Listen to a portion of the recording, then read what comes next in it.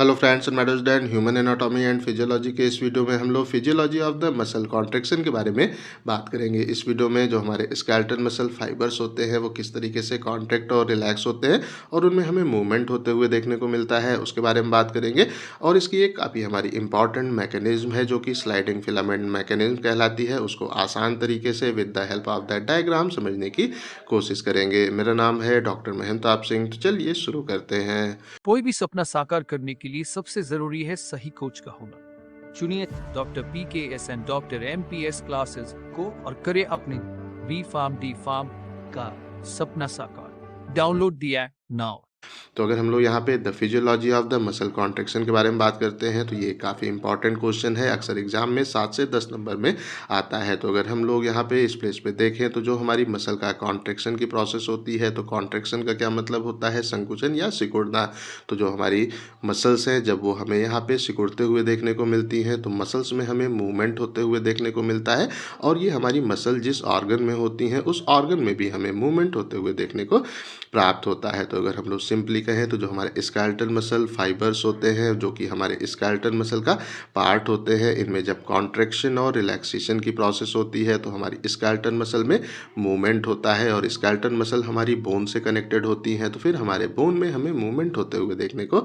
प्राप्त होता है। तो इसके पहले के वीडियोज़ में हम लोगों ने स्केलेटल जो मसल्स होती हैं उसकी एनाटॉमी के बारे में अच्छे से बात कर रखा है। तो अगर वो वीडियो आपसे मिस हो गए हैं तो उनकी लिंक आपको डिस्क्रिप्शन में मिल जाएगी, वहाँ पे जाके आप उनको भी देख सकते हैं, क्योंकि जब तक आपको इसकी एनाटॉमी क्लियर नहीं होगी, इसकी फिजियोलॉजी आपको समझने में कन्फ्यूज़न होगा। तो अगर हम लोग यहाँ पे सिंपली बात करते हैं, जो हमारी यहाँ पे मसल के कॉन्ट्रैक्शन की प्रोसेस होती है उसमें जो हमारे मसल्स के अंदर प्रोटीन्स होते हैं वो काफ़ी एक इम्पॉर्टेंट रोल यहाँ पे प्ले करते हैं। तो लास्ट वीडियो में हम लोगों ने जो हमारे मसल के अंदर प्रोटीन्स होते हैं उसके बारे में बात किया था। तो इसका एक हम लोग ओवरव्यू इस प्लेस पे वो ले लेते हैं। तो अगर हम लोग जो हमारे मसल के अंदर प्रोटीन्स होते हैं उनके बारे में बात करते हैं, तो जो हमारी स्केलेटल मसल फाइबर्स होते हैं उसका जो हमारा ऑर्गेनेल है, मायोफिब्रिल है, वो कहलाता है। वो बेसिकली हमें 3 प्रकार के प्रोटीन का बना हुआ देखने को प्राप्त होता है। इसमें जो हमारा इसका पहला टाइप है वो हमारे कॉन्ट्रैक्टाइल प्रोटीन्स होते हैं, जो कि हमारे कॉन्ट्रैक्शन की प्रोसेस में जो फोर्स रिक्वायर्ड होता है उसको जनरेट करने का काम करते हैं। और ये जो प्रोटीन्स हैं ये 2 प्रोटीन्स होते हैं, एक हमारा एक्टिन प्रोटीन होता है और एक हमारा मायोसिन प्रोटीन होता है। तो अगर हम लोग यहाँ पे सिंपली कहें तो जो हमारा एक्टिन प्रोटीन है वो जो हमारा थिन फिलामेंट है उसमें हमें देखने को मिलता है, और जो हमारा मायोसिन है ये हमारा जो थिक फिलामेंट होता है उसमें हमें देखने को प्राप्त होता है। तो अगर हम लोग सिंपली डायग्राम में आते हैं तो ये जो हमारा यहाँ पे फिलामेंट है जो कि हमारा थिक फिलामेंट कहलाता है, इसमें हमें ये जो हमारा है मायोसिन प्रोटीन वो देखने को मिलता है, और ये जो इसका ऊपर का पोर्शन है ये बेसिकली हमारा मायोसिन का हेड यहाँ पे इस प्लेस पे जो है कहलाता है। उसके बाद में अगर हम लोग एक्टिन के बारे में बात करते हैं तो जो हमारा एक्टिन होता है वो हमारा यहाँ पे जो होता है वो थिन जो फिलामेंट है वो होता है, जिसके ऊपर हमें ये जो हमारे एक्टिन प्रोटीन्स है वो हमें वो देखने को मिलते हैं। और जो एक्टिन प्रोटीन है उसके ऊपर एक हमारी बाइंडिंग साइट होती है जिसको हम लोग मायोसिन बाइंडिंग साइट बोलते हैं, और इसके ऊपर हमारा जो मायोसिन का हेड है वो हमें यहाँ पे बाइंड होते हुए देखने को इस प्लेस पे प्राप्त होता है। तो एक हमारा यहाँ पे जो कॉन्ट्रैक्टाइल प्रोटीन है वो इस प्लेस पे होते हैं, दूसरा हमारा सेट ऑफ प्रोटीन जो हमारे रेगुलेटरी प्रोटीन्स हैं वो अपने मसल्स में देखने को मिलते हैं। और ये हमारे जो प्रोटीन्स हैं ये हमारी जो कॉन्ट्रैक्शन की प्रोसेस है उसको कब स्विच ऑन करना है, स्टार्ट करना है, कब स्विच ऑफ करना है, स्टॉप करना है, उसको रेगुलेट करने का काम करते हैं, जिसके कारण कि इसको हम लोग रेगुलेटरी प्रोटीन के नाम से इस प्लेस पे इंडिकेट करते हैं। इसमें भी हमारे 2 प्रोटीन्स होते हैं, एक हमारा जो ट्रोपोमायोसिन प्रोटीन है वो कहलाता है, दूसरा हमारा ट्रोपोनिन प्रोटीन इस प्लेस पे जो है कहलाता है। तो अगर हम लोग अगेन स्ट्रक्चर में आते हैं तो जो हमारा थिन फिलामेंट होता है उसमें हमें 2 प्रोटीन, या जो हमारा एक्टिन प्रोटीन है वो तो इसके अंदर होता ही है, 2 प्रोटीन और देखने को मिलते हैं। एक प्रोटीन हमारा जो ट्रोपोमायोसिन प्रोटीन है जो कि एक स्ट्रिप लाइक का स्ट्रक्चर है वो होता है, और ये जब हमारी जो मसल्स हैं रिलैक्स होती हैं तो उस कंडीशन में ये जो हमारे एक्टिन के ऊपर जो मायोसिन बाइंडिंग साइट्स होती हैं उसको ब्लॉक करने का इस प्लेस पे काम करता है, उसको वो यहाँ पे छुपाने का एक तरह से काम करता है। और जो दूसरा प्रोटीन है वो हमारा जो ट्रोपोनिन प्रोटीन है वो होता है, वो इस प्लेस पे क्या करता है कि जो हमारा ट्रोपोमायोसिन है उसको एक प्रॉपर पोजीशन पे होल्ड करने का काम हमारा जो प्रोटीन करता है वो हमारा ट्रोपोनिन प्रोटीन इस प्लेस पे करता है। तो जब ये जो हमारा यहाँ पे होता है मायोसिन बाइंडिंग साइट, उसको जब ये ब्लॉक कर देता है तो हमारी जो यहाँ पे कॉन्ट्रैक्शन की प्रोसेस है वो हमें स्विच ऑफ होते हुए देखने को प्राप्त होती है। और जब ये इसको अनब्लॉक कर देता है तो फिर हमें यहाँ पे जो हमारी यहाँ पे कॉन्ट्रैक्शन की प्रोसेस है वो स्टार्ट होते हुए बेसिकली देखने को हमें प्राप्त होती है। और अगर हम लोग जो हमारा यहाँ पे है तीसरा सेट ऑफ प्रोटीन, वो हमारे स्ट्रक्चरल प्रोटीन होते हैं। और ये हमारा जो यहाँ पे होता है मायोफिब्रिल, उसके स्ट्रक्चर को बेसिकली बनाने का काम करते हैं। इनका जो कॉन्ट्रैक्शन की प्रोसेस है उसमें कोई खास रोल हमें देखने को प्राप्त नहीं होता है। तो अब हम लोग इस प्लेस पे बात कर लेते हैं। तो अगर ये आपका वीडियो आपसे मिस हो गया है तो इसकी भी लिंक आपको डिस्क्रिप्शन में मिल जाएगी, वहाँ से जाके आप इसको भी अच्छे से देख सकते हैं। अब हम लोग यहाँ पे जो हमारे मसल का कॉन्ट्रैक्शन है, उसकी जो हमारी फिजियोलॉजी होती है उसके बारे में बात कर लेते हैं। तो ओल्ड टाइम में जो हमारे साइंटिस्ट थे, उन्होंने जब हमारी कॉन्ट्रैक्टेड और जो हमारी वो रिलैक्स्ड जो हमारी मसल्स थी उसकी जब स्ट्रक्चर की स्टडी किया तो उन्होंने इस चीज़ को पाया कि उनकी जो वहाँ पे थिन और थिक फिलामेंट है, उनकी लंबाई में दोनों कंडीशन में कोई भी बदलाव नहीं होता है। तो उन्होंने इस चीज़ को वहाँ पे सोचा कि जो हमारा मसल है उसमें जो कॉन्ट्रैक्शन की प्रोसेस होती है वो कोई फोल्डिंग की प्रोसेस होती होगी। मीन्स हमारी जो थिन और थिक फिलामेंट है वो जब आपस में फोल्ड होते होंगे तो फिर हमारे मसल में हमें कॉन्ट्रैक्शन होते हुए देखने को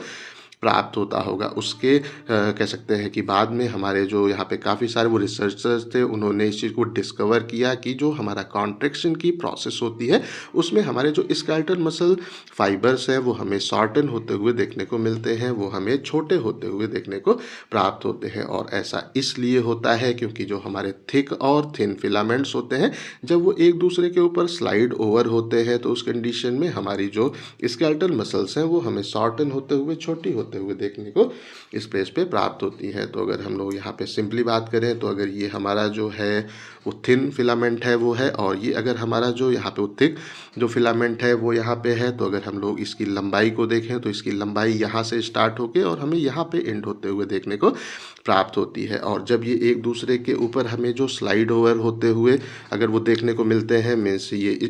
इस पोजीशन पे है, जब ये एक दूसरे के ऊपर स्लाइड ओवर होते हैं तो क्या होता है कि इनकी लंबाई हमें कम देखने को मिलती है और हमारे स्केलेटन मसल हमें शॉर्ट एंड छोटे होते हुए देखने को इस प्लेस पे प्राप्त होते हैं। और ये जो हमारा है मॉडल, उसको अगर हम लोग डिस्क्राइब करना चाहें तो उसकी जो हमारी मैकेनिज्म है, जो प्रोसेस है, that is known as the sliding filament mechanism के नाम से हम लोग इस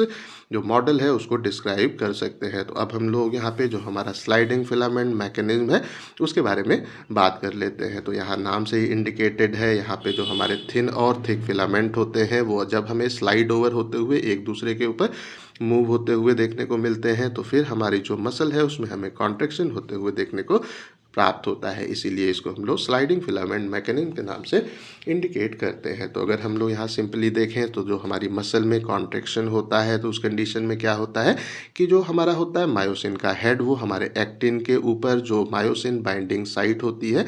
हमारा ऐसा स्थान जहाँ पे हमारे मायोसिन का हेड हमारे एक्टिन के ऊपर बाइंड होता है, उसको हम लोग मायोसिन बाइंडिंग साइट से इंडिकेट करते हैं। तो वो जब उसके ऊपर हमें अटैच होते हुए वो देखने को प्राप्त होता है तो क्या होता है कि जो हमारा यहाँ पे तो वो सार्कोमियर है, उसके हमारे वो दोनों एंड पे जो हमारे वो थिन जो फिलामेंट्स होते हैं वो उसके अलोंग हमें वॉक होते हुए ट्रेवल करते हुए देखने को इस प्लेस पे हमें प्राप्त होते हैं। और इस प्लेस पे जब ये प्रोसेस होती है तो क्या होता है कि जो हमारे थिन फिलामेंट्स होते हैं वो हमें एम लाइन की ओर पुल्ड होते हुए उसकी ओर आते हुए हमें देखने को प्राप्त होते हैं। तो एक और डायग्राम में आ जाते हैं, कॉन्सेप्ट आप लोगों को और अच्छे से क्लियर होगा। तो यहाँ पे अगर हम लोग बात करते हैं कि जो हमारे होते वो सार्कोमियर वो क्या होते हैं, तो हमारी ये जो है ये जो डिस्क है ये हमारी जेड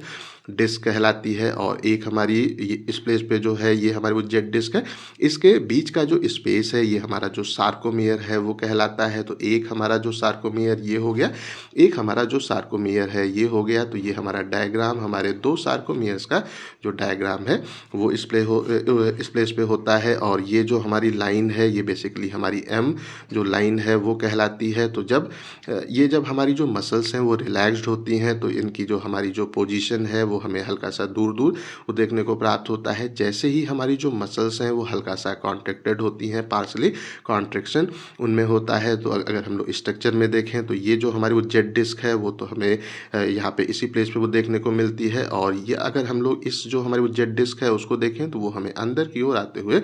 देखने को प्राप्त होती है। तो इस प्लेस पे क्या होता है कि जो हमारा यहाँ पे है, जो हमारा वो थिक जो फिलामेंट होता है उसके ऊपर जो मायोसिन का हेड होता है वो इस प्लेस पे क्या करता है कि जो हमारा यहाँ पे वो थिन जो फिलामेंट है उसके ऊपर जो मायोसिन बाइंडिंग साइट है एक्टिन के ऊपर, उससे बाइंड होता है और उसको अंदर की ओर यहाँ पे पुल करने का, एम लाइन की ओर पुल करने का इस प्लेस पे काम करता है। और जब ये इसको एम लाइन की ओर करता है पुल, तो फिर हमें यहाँ पे जो हमारा सार्कोमियर है वो हमें शॉर्टन होते हुए, छोटा होते हुए देखने को प्राप्त होता है। और ये जो हमारा डायग्राम है इसमें हमारा जो कॉन्ट्रैक्शन है जब मैक्सिमम रूप से होता है तो फिर हमारा सार्कोमियर हमें और छोटा होते हुए इस प्लेस पे देखने को एक तरह से प्राप्त होता है। और अगर हम लोग इस प्लेस पे बात करें तो क्या होता है कि हमारी जो यहाँ पे वो जेड जो हमारी डिस्क होती हैं वो हमें यहाँ पे पास पास में आते हुए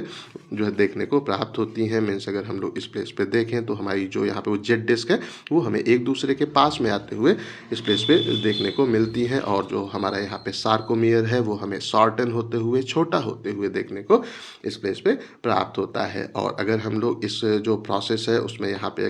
अगर हम लोग ध्यान से देखें तो इसके अंदर जो हमारे इंडिविजुअल थिन और हमारे थिक जो यहाँ पे फिलामेंट होते हैं उनकी जो लेंथ है उसमें हमें कोई भी बदलाव होते हुए देखने को प्राप्त नहीं होता है। बस वो एक दूसरे के अंदर हमें ज़्यादा घुसते हुए देखने को इस प्लेस पे प्राप्त होते हैं। और जब ये प्रोसेस होती है तो क्या होता है कि जो हमारा जब सार्कोमियर हमें यहाँ पे शॉर्टन होते हुए, हमें छोटा होते हुए जब देखने को मिलता है तो हमारा जो होल मसल फाइबर है वो भी हमें यहाँ पे शॉर्टन होते हुए, छोटा होते हुए देखने को प्राप्त होता है। और जब हमारा जो होल मसल फाइबर है वो छोटा हो जाता है तो फिर हमारी जो एंटायर मसल है वो हमें वहाँ पे शॉर्टन होते हुए, छोटे होते हुए देखने को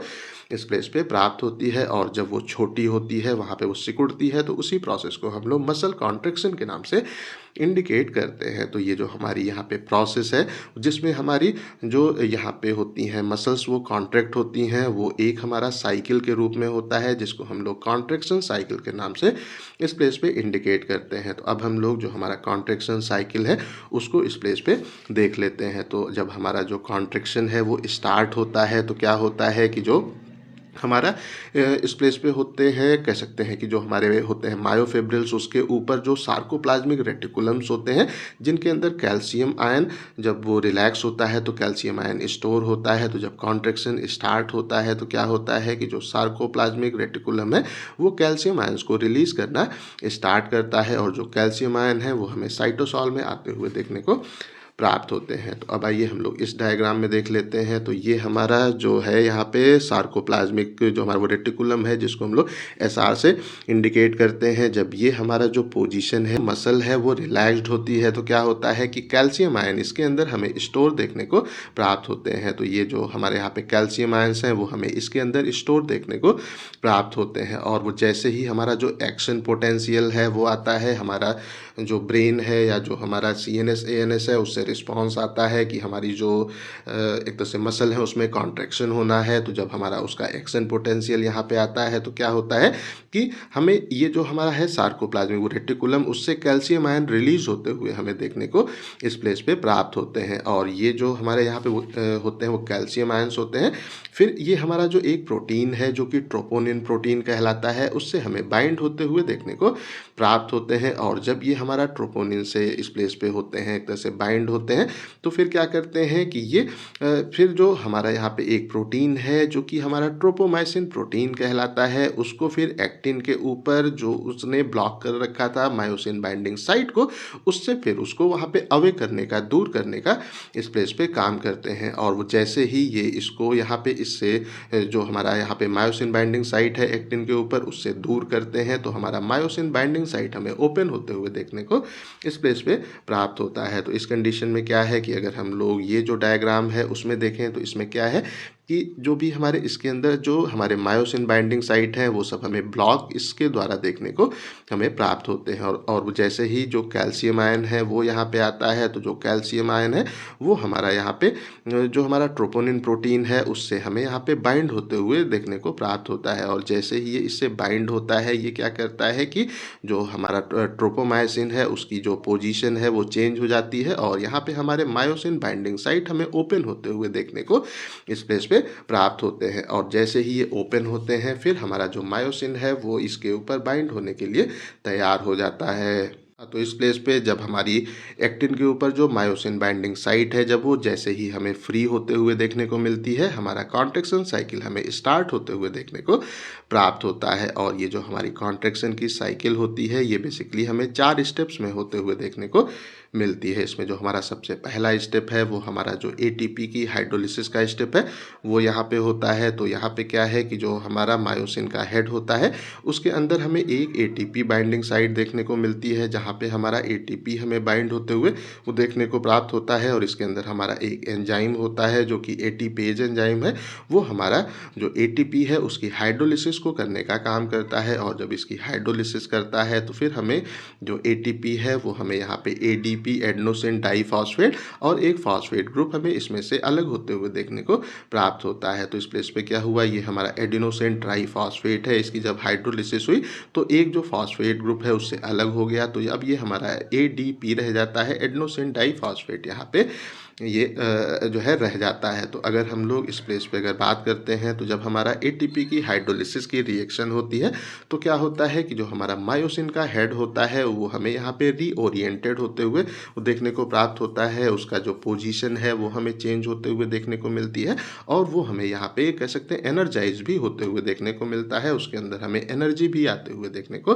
प्राप्त होती है। तो अगर हम लोग यहाँ पे सिंपली डायग्राम में आते हैं तो ये जो हमारा यहाँ पे मायोसिन का हेड है वो यहाँ पे होता है, इसके ऊपर एक हमारी एटीपी बाइंडिंग साइट होती है जिसके ऊपर एटीपी बाइंड होता है और इसमें हमें एक एंजाइम देखने को मिलता है जो कि एटीपेज एंजाइम यहाँ पे कहलाता है। और ये इस प्लेस पे क्या करता है कि एटीपी की जो हाइड्रोलिसिस है वो इस प्लेस पे हमारे पहले स्टेप में यहाँ पे करता है। तो जब एटीपी की हाइड्रोलिसिस होती है तो एटीपी हमारा यहाँ पे जो एडीपी और हमारा फॉस्फेट ग्रुप है उसमें हमें टूटते हुए देखने को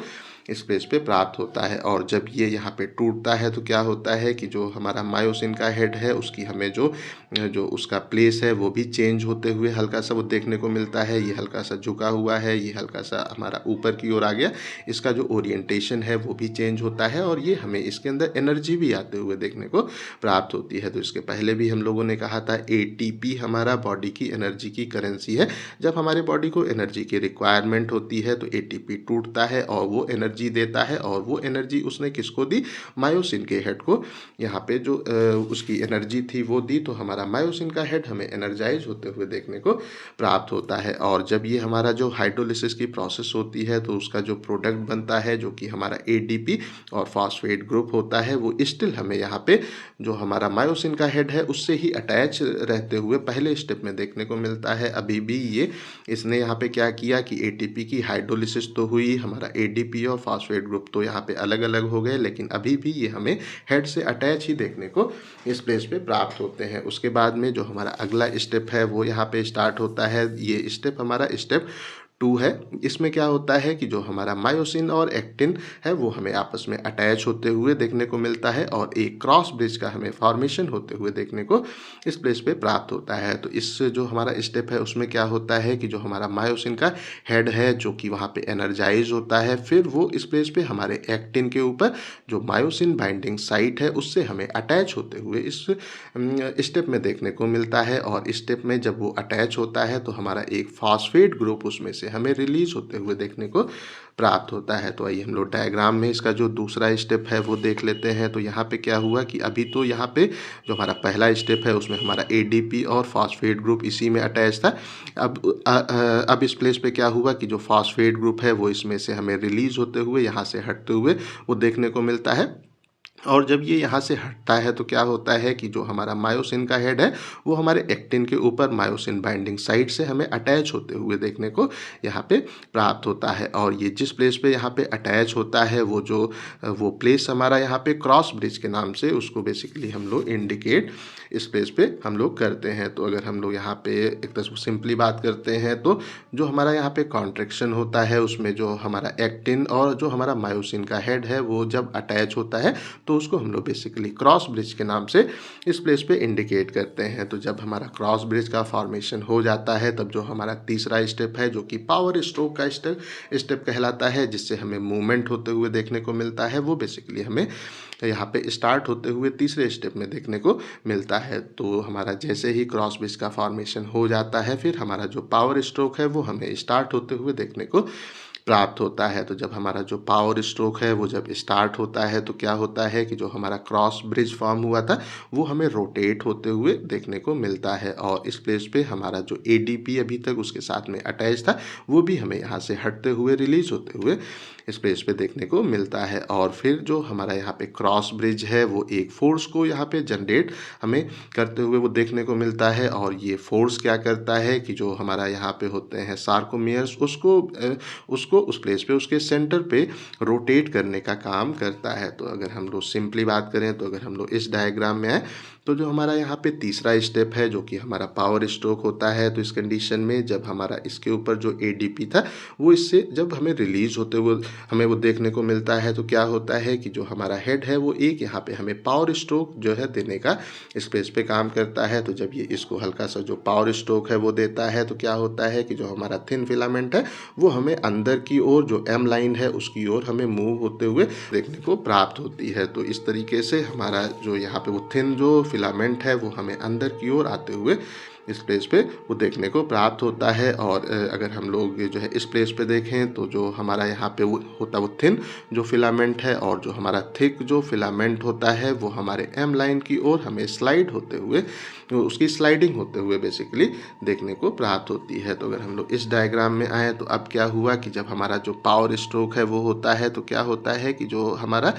इस प्लेस पे जो मायोसिन का हेड है वो क्या करता है कि ये जो हमारा वो थिन जो फिलामेंट है उसको अंदर की ओर, इस साइड भी अंदर की ओर, इस साइड भी अंदर की ओर मूव कराने का इस प्लेस पे एक तरह से वो काम करता है। एम लाइन की ओर इसको मूव कराने का इस प्लेस पे वो काम करता है। और जब ये इसको अंदर की ओर जो है मूव कराता है तो हमारा जो यहाँ पे थिन फिलामेंट और हमारा वो थिक फिलामेंट है वो हमारे एम लाइन की ओर हमें आते हुए देखने को प्राप्त होते हैं। और इसमें जो हमारा अंतिम स्टेप होता है वो है हमारा detachment of the myosin from the actin. तो इसमें हमारा जो मायोसिन है और एक्टिन है वो हमें एक दूसरे से अलग अलग होते हुए देखने को प्राप्त होते हैं। तो अगर हम लोग इस स्टेप को देखें तो जो हमारा पावर स्ट्रोक है जब वो एंड हो जाता है तो उसके बाद में भी हमें जो क्रॉस ब्रिज है वो हमें रिमेन एक्टिन से अटैच देखने को प्राप्त होता है। और ये तब तक उससे अटैच रहता है जब तक एक और एटीपी का जो मॉलिक्यूल है वो आके हमारे मायोसिन हेड से हमें बाइंड होते हुए देखने को प्राप्त नहीं होता है। और जब जो हमारा वहाँ पे होता है एटीपी है उसके ऊपर जो एटीपी